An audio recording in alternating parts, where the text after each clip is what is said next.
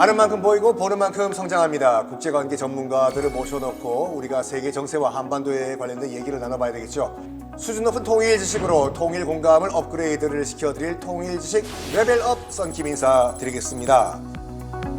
우리나라가 전 세계에서 유일한 분단 국가죠. 그러다 보니까 통일을 이뤄낸 독일에 우리가 관심이 없을 수가 없습니다. 오늘은 독일 통일과 한반도의 미래에 대해서 심도 깊은 대화를 나누기 위해서 또 전문가를 한 분 모셨습니다. 임승휘 교수님 어서 오십시오. 네, 안녕하세요.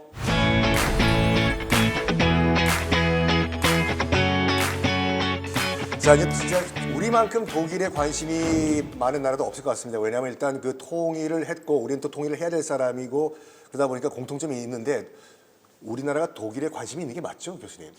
아무래도 같은 분단의 역사를 공유하고 있고 또 우리가 원하는 통일을 역사를 먼저 걸어갔던 네. 나라이기 때문에 배울 것이 많다라고 생각하고 있는 것 같긴 한데 또 막상 또 그렇게 독일이나 독일 통일에 대해서 잘 알고 있는 것 같지도 않아요. 맞습니다. 솔직히 독일 통일도 이제 저희는 이제 독일 통일에 대해서 얘기를 하고 있지만 젊은 친구들은 역사책에서 배우는 옛날 얘기거든요. 자, 그래서 오늘은 이제 한반 통일을 해야 될 우리 입장에서 봤을 때 그럼 약 선배로서 독일은 어떤 과정을 겪었는지 한번 이야기를 나눠보겠습니다. 자, 지금부터 독일 통일과 한반도의 미래 이야기를 나눠보겠습니다.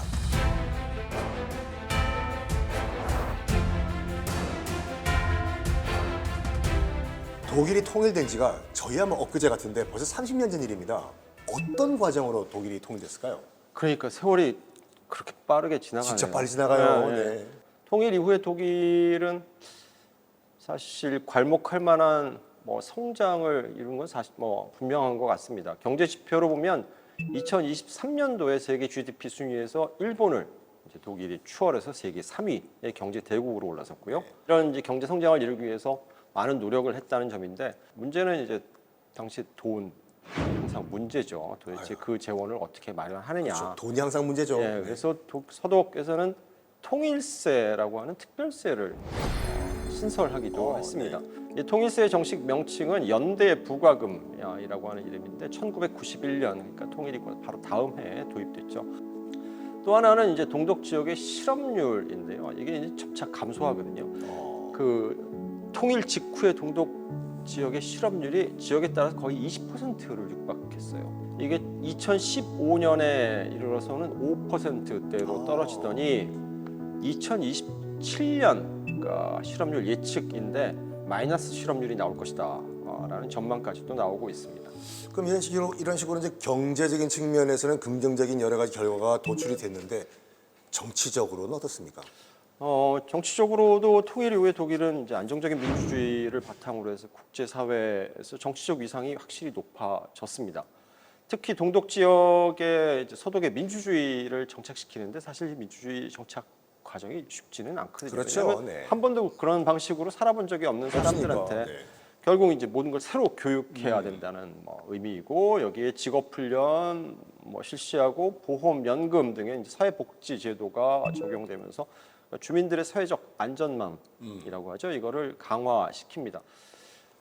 사람들에게 잘 알려지지 않은 부분이긴 한데 2005년도에 취임한 독일 총리죠. 앙겔라 메르켈. 그다음에 2012년에 연방 대통령으로 취임한 요하임 가욱 같은 인물이 모두 어디 출신인지 혹시 아세요? 동독 출신이죠? 예, 동독 출신들입니다. 제도적으로는 상징적으로 동독과 서독의 내적 통합이 이 두 인물을 통해서 상당 부분 달성되었음을 우리가 확인할 수 있다라고 이야기할 수 있겠습니다. 근데요, 교수님. 네. 실제로 그 독일 통일이라는 것이 우리가 베를린 장벽이 무너지면서 갑자기 통일이 된 건가요? 아니면 무슨 과정이 있었나요? 1980년대 이제 경제 상황이 최악에 달하면서 동독 주민들이 이제 탈출을 시도하는 사람들이 점점 늘어납니다. 그러다 보니까 동독 정부가 주민들을 억압하고 통제하고 감시하는 그 강도를 점점 높여가는데 그러자 1989년에 라이프치히를 중심으로 기본적인 인권을 보장해달라 그리고 자유를 확대해달라는 주장을 담은 시위가 월요 시위라고 하는데 이 시위가 확산됩니다. 급기야 이제 동독 정부가 이 주민들을 달래기 위해서 1989년 11월 9일 아침에 그러니까 당 대변인을 내세워서 동독 시민들에 대한 여행 제한 완화 조치 정책을 발표하는 기자회견을 이제 급하게 여는데요. 이때 뭐 기자회견장에 있던 기자가 그거 언제 시작하느냐라고 묻자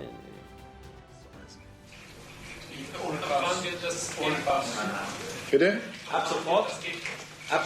Also Genossen, mir ist hier also mitgeteilt worden, dass eine solche Mitteilung heute schon verbreitet worden ist. Sie müsste eigentlich in Ihrem Besitz sein. Das tritt nach meiner Kenntnis ist das sofort.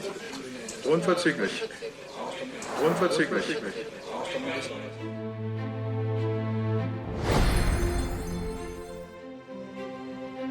그리고 이 뉴스가 전 세계로 확산이 되고 그다음에 생중계하다 보니까 뉴스를 본 동서독 주민들이 우와 하면서 베를린 장벽으로 몰려들죠.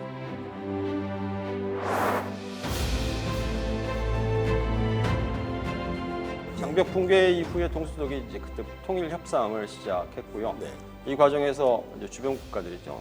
2차 세계 대전의 주요 연합국인 미국, 소련, 영국, 프랑스 4개국이 참여한 가운데 1990년 8월 31일 동서독이 통일 조약에 서명하고 한 달 뒤입니다. 10월 3일 날 독일 통일을 공식적으로 발표하게 됩니다. 근데 역사가 참 우연히 일어나는 일들이 많지만 그럼에도 불구하고 이 독일 통일이 교수님 그러면 정말로 갑자기 이뤄진 건가요? 아니면 그 전부터 준비가 있었나요? 70년대부터 이제 변화가 시작되는데요. 서독의 네 번째 총리가 빌리 브란트라는 인물입니다. 양반 1960년대 후반부터 동구 공산권과의 관계 정상화를 꾀하는데 그래서 외교 정책으로 동방 정책을 내세웁니다. 이런 외교 정책들을 통해서 이제 동서독의 관계도 가까워지고 동유럽 국가들과의 관계도 변화의 바람이 이제 서서히 불기 시작합니다.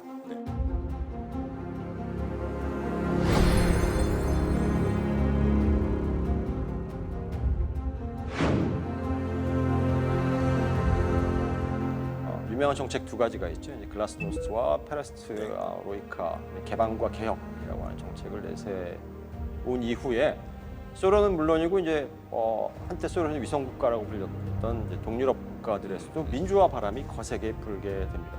당연히 동독에서도 이제 체제 변화를 요구하는 변화의 움직임이 뚜렷하게 나타나기 시작했고요. 그리고 1989년에 헝가리가 오스트리아와 국경에 있던 이 국경에 설치되어 있던 이 장막을 철거하면서 국경을 개방하게 되는데 이때부터 동독 주민들이 헝가리를 통해서 탈출하기 시작합니다. 그쪽이 뚫렸으니까. 예. 네. 결국 이제 동독 정부는 분위기를 변화시킬 방안을 모색하는 와중이었는데 그러다가 이제 역사적인 베를린 장벽의 붕괴라는 그 날이 찾아오게 된 것입니다. 45년 동안 같은 독일 게르만 민족이지만 따로따로 산 두 국가가 하나로 뭉쳐졌을 경우에 문제가 없을 리가 없거든요. 여러 가지 갈등과 위기가 있었죠. 가장 큰 문제는 동서독 간의 경제적 격차를 서독이 워낙 잘 살던 나라였으니까 그러다 보니 이제 동독 경제 재건을 하는데 너무 많은 비용이 들었고 이는 서독 주민들에게 당연히 부담이 될 수밖에 없었습니다. 여기에 이제 경제적으로 통일 직후에 화폐 통합 정책이 화폐가 달랐으니까 네네. 통합 정책이 이루어지면서 인플레이션, 물가 폭등이 일어났고 동독에도 기업들이 있었거든요. 근데 통일 이후에 이제 서독 기업들하고 경쟁을 안 왜냐하면 되죠. 자본주의 시장이니까 경쟁을 해야 하다 보니까 도저히 경쟁에서 버틸 수가 없었고 이제 줄 도산을 하게 됩니다. 네. 당연히 많은 실업자가 양산되었고요. 여기에 이제 소유권 문제까지 발생하면서 갈등의 골이 한동안 깊어졌던 것으로 알고 있습니다. 자, 근데 뭐 그 초반에 물론 지금도 현재까지도 그런 갈등과 이제 그 위기가 있지만 잘 극복을 했습니다. 네. 이 독일 통일이 그들만의 이제 문제가 아니라 이제 나비 효과라고 하죠. 국제사회와 여러 가지 이제 세계에 큰 영향을 미친 것 또한 사실이죠, 교수님. 독일 통일은 한 국가의 분단된 국가의 통일뿐만 아니라 세계사적으로는 냉전의 공식적인 종식을 의미했습니다. 또한 독일 통일은 유럽 연합에 있어서 중요한데 유럽 연합이 확대되고 또 통합하는데 기여하고 유럽의 경제 통합이나 유로화 도입에 굉장히 중요한 버팀목이죠. 그래서 오늘날 유럽 연합의 경제적 안정성 그리고 신뢰성을 높이는 보루 역할을 하고 있습니다.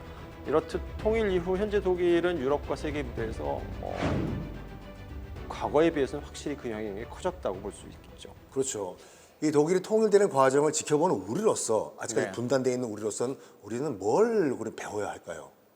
갑자기 찾아오긴 했지만 통일의 배경에 서독 측의 꾸준한 노력이 있었음을 기억할 필요가 있겠습니다.